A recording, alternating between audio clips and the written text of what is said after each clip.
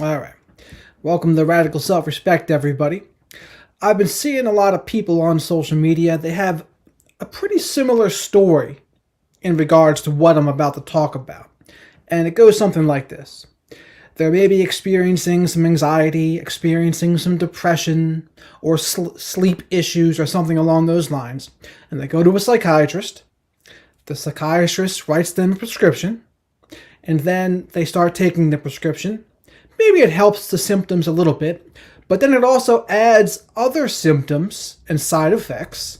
They turn into a different person, and then they try to get off, and then they go through terrible withdrawal. And it becomes a life-altering ordeal. This stuff is not small. Our consciousness is so important, and it's the frame in which we see everything through. Like our consciousness and our mood becomes the frame in which we see things through.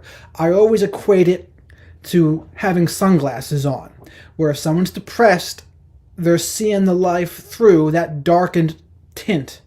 They're seeing it through a darkened lens. Anxiety changes that lens in a different way too.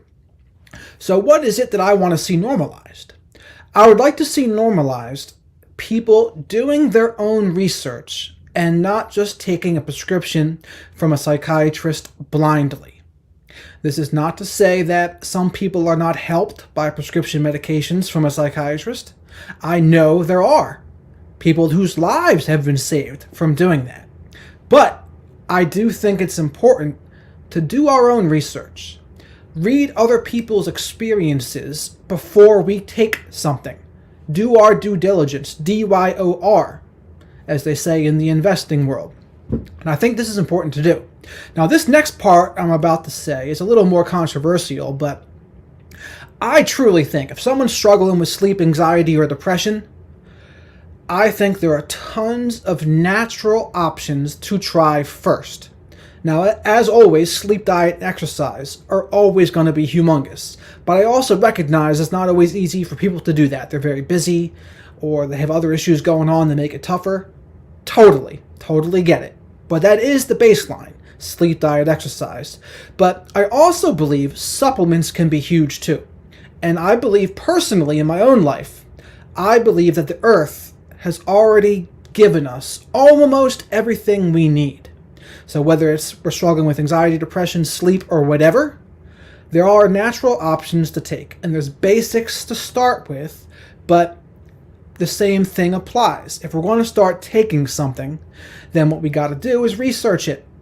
And often this is what's going on here too. If someone's struggling with sleep, anxiety, or depression, chances are one of these two things are going wrong. Either our GABA, norepinephrine, serotonin, or dopamine systems are a little out of whack. Maybe a thyroid issue. Or maybe our hormones are out of whack. A lot of times it can be one of those three things. And thankfully, though, what we can do online, we can check, like, what are the symptoms of low serotonin? What are the symptoms of low dopamine? What are the symptoms of low norepinephrine? What are the symptoms of low GABA? What are the symptoms of low epinephrine? These are all things that we can check out. And thankfully, there are supplements that address all of those things. Now, my rules for taking supplements are as follows. We start taking one thing at a time, and then we stop taking one thing at a time. We got to know what's doing what. So we isolate the variables. I don't like to take multi-things, which are, what do they call those? Proprietary blends is what they're called. I don't like taking them because you don't know exactly what amount of each ingredient is in what. So I like taking everything individually, and also know that not every brand is created equally. This is especially true for things like SAM-E and 5-HTP. I've noticed some brands are stronger than others, in other words. So that's another thing to watch out for. But my whole point in saying this is there are natural things that I think are a lot easier on our bodies. And again, I don't want to poo-poo all prescription drugs because I fully recognize they have saved some people's lives, and they really do help people as well. But I also see a lot of people that they don't necessarily help. And for those people, that's who I'm addressing here. And I've been there with this prescription drug stuff. I have been there. And I'm a person that I don't take any prescription drugs today, but I do take a hell of a lot of supplements. Full disclosure. But I fully, really enjoy my consciousness today. It's changed my life completely. And look, when we change our consciousness, we can change our lives. When we change the way we view the world and working on our mental health, don't ever get it twisted. That's exactly what we're doing. We're changing how we view the world when we take care of our anxiety and depression issues. Because when we have anxiety and depression issues, that's the lens in which we are seeing everything. And it affects more than you know when you're in it. Like, having bad anxiety and depression completely affects our mindsets. And that's why in my Radical Self-Respect program, anxiety, depression, mental health stuff, and addiction stuff, that's number one. They're the very first thing to take care of, before all else. Because if those things aren't taken care of, they can sabotage our results in every other area of my program and in life. So I'm super grateful that we have so many options in regards to supplements today. And there's basic things to try, but we can all, and part of the reason I think also so many people are struggling with anxiety and depression today, trauma is one of them, but I think there's all sorts of nonsense going on with our food, nonsense going on with plastics affecting hormones, maybe things in the water. Hormones are given to plants and to chickens, cows, etc. You can't tell me that stuff doesn't have an effect. And I was listening to a guy on Joe Rogan the other day, and he had said that one orange in 1920, the nutritional value of one orange in 1920 is equivalent to 8 oranges today. And that kind of proved the point to me that we're just not getting the nutrition from our food that we are supposed to. And so in my eyes, that means I think supplementation is even more necessary than ever. But this is the option here. The option here is this is what we can do. These are options out there that I recommend this before jumping onto prescription drugs. Now, if someone's having severe suicidal idealizations or something, okay, that's maybe a little different. They need a little more drastic measure, but that's not going to be everyone's story. And the second thing I would like to see normalized is we are the experts on our own bodies, I feel like. And so the way a mental health screening goes and a psychiatrist intake goes, what happens is you have like a 2.5 hour intake, and then there's a diagnosis involved, and maybe they hand out a prescription. And in my mind, it's ludicrous to believe that you can diagnose someone's life in 2.5 hours, and then make an accurate assessment and prescribe an accurate medicine. Now, am I going to say that it's impossible? No, because there are people that are helped by prescription medications, and they do help people. And if you're on a prescription medication and it's helping you, I do not want to tell you to stop at all. Keep on doing what's working. I am all for what helps people, regardless of what it is. So whether it's prescription drugs, supplements, just sleep, diet, and exercise, a spiritual program, religion, whatever it is, I don't care what it is. All I care about is, does it work for you? Does it help you to be the happiest and healthiest version of yourself? That is all I care about. And so these are all the options that we have. There's so many options. That's the other cool thing. So I encourage people to know that, hey, you know your body more than someone who's just spoken to you for 2 hours. Take a look. Trust your intuition a little bit more. Trust your gut a little more. And know that, I got to be careful how I say this, but you know a lot about yourself. And I think part of what my program does for people is it empowers you. It empowers you to do better, to trust yourself, to own yourself. And that's kind of what practicing radical self-respect is all about. But I think we know more about our own mental health in particular than a lot of us give us credit for. And in this day and age, you can go on YouTube, you can check out Reddit. There's an abundance of free information out there that is pretty good. Now, we have to do our due diligence because there are some charlatans out there. There are some people who spread misinformation. That's true too.